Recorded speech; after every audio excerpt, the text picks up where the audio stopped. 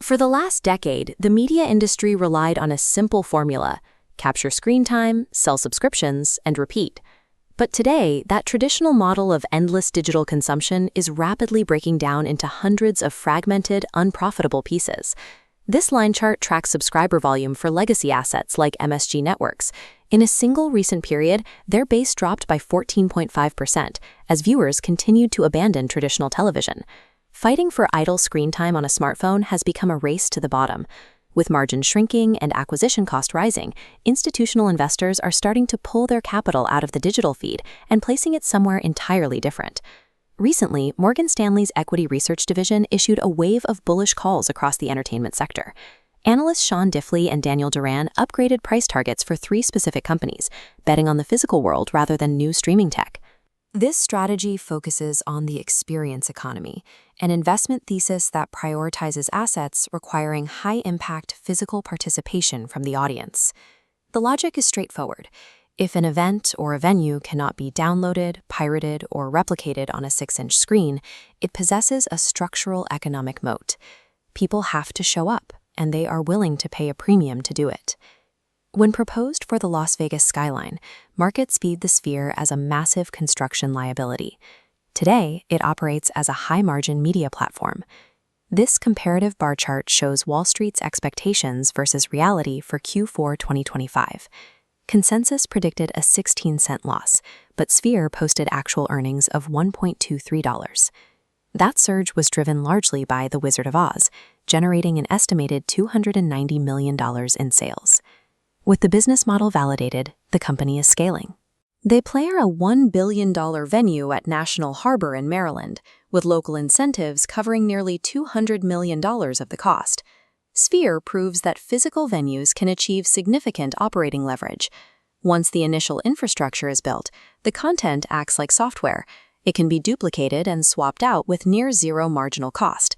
This premium on physical presence extends to live sports.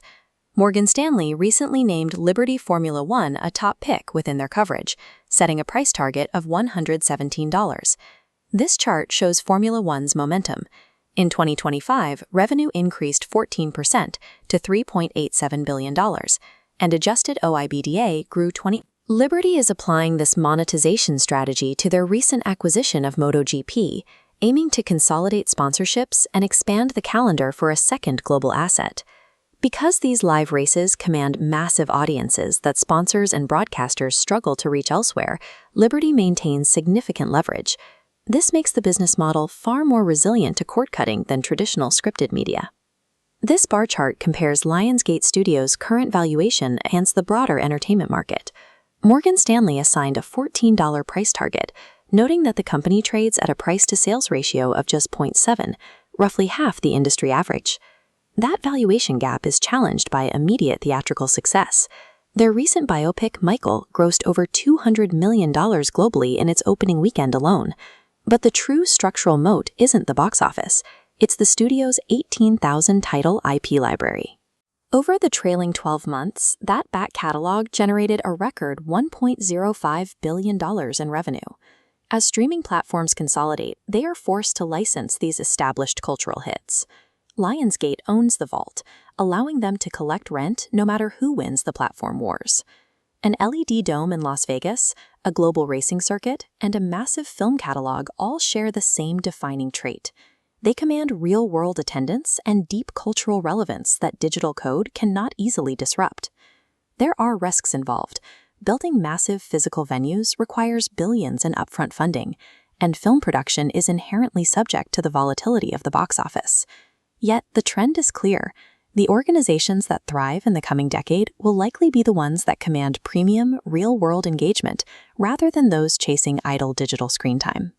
This analysis is for informational purposes and does not constitute financial advice. To stay updated on institutional shifts in the media landscape, follow Wall Street Review, like, and share.